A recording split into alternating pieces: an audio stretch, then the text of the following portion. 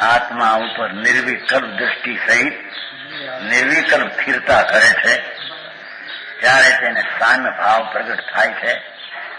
એને એટલે વિતરાગ પર્યાય પ્રગટ એમ કેવું સમજાણું કાંઈ नहीं થઈ समय है नहीं, है ही नहीं. समय कहाँ से मिथ्या दृष्टि को समय कहाँ से आई? हाँ मिथ्या है, मिथ्या की समय है उसको મિથ્યાત્વનો લાભ છે. એ વસ્તુની દ્રષ્ટિની ખબર ન મળે. સમય તો વ્રત છે તો પંચમ ગણસ્થાની વાત આપો છે. ચોથા ગણસ્થાના ઠેકાણા ન મળે ને પાંચમાનો પ્રયોગ આવ્યો ક્યાંથી? પણ ક્યાંથી સ્થિરતા લાવે? ઢૂંઢમાંથી.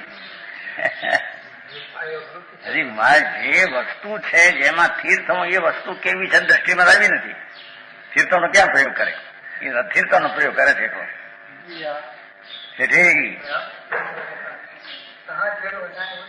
यहाँ चीज है वो दृष्टि में तो आया नहीं कि आ चीज है, एक चीज में હવે સ્થિરતા ના है वो प्रयोग करना है तो चीज की तो खबर नहीं. પછી કે મિથ્યા દ્રષ્ટિ સામે કરે ને કરે બાળ વ્રત બાળ તપ અજ્ઞાન ત્યાં દ્રષ્ટિના હજી ઠેકાણા નથી અને સામાયિક કેવા હજી સંચિત નથી ત્યાં સામાયિક કેવા. એ સ્થિરતાનો પ્રયોગ શેમાં કરે? રાગમાં કરે. હે ઉલટા પ્રયાસ ને માને કે કારણ કે અમે સ્થિરતાનો પ્રયોગ કરીએ છીએ મિથ્યા પુષ્ટિ થઈ જાય, મિથ્યાની પુષ્ટિ વધે. હા હા મારા કેવા છે ભાઈ. સ્થિરતા કોને હોય? સમ્યક દર્શન પછી સ્થિરતા હોય કે સમ્યક દર્શન વિના હોય?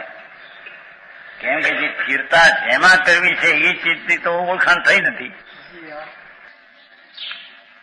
વસ્તુ જ્ઞાયક મૂર્તિ ચૈતન સ્વરૂપ અણાકોળ આનંદ આંખનું તત્વ જેની દ્રષ્ટિમાં જ્ઞાનમાં પ્રતીતમાં આવ્યું છે. હવે એમાં ઠરવે છે એને સદુપયોગ રૂપી સામ્ય ભાવ કહે છે. એ સદુપયોગ સામ્ય ભાવ તે નિર્વિકલ્પ પરિણામ છે. એને સામાયિક કહેવામાં આવે. સમજાણું કાંઈ?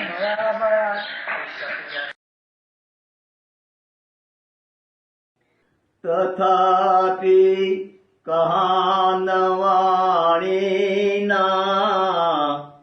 અંકાયે મૂલ્યના કદી. તથાપિ માતવાણીના અંકાયે મૂલ્યના કદી. પરમ કૃપાળુ પૂજ્ય સદગુરુ દેવનો જય હો.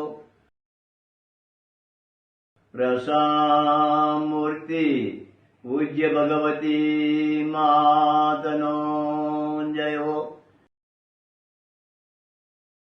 જીનવાણી માતનો જય હો. પરમ મિત્રાગ દિગંબર જૈન ધર્મનો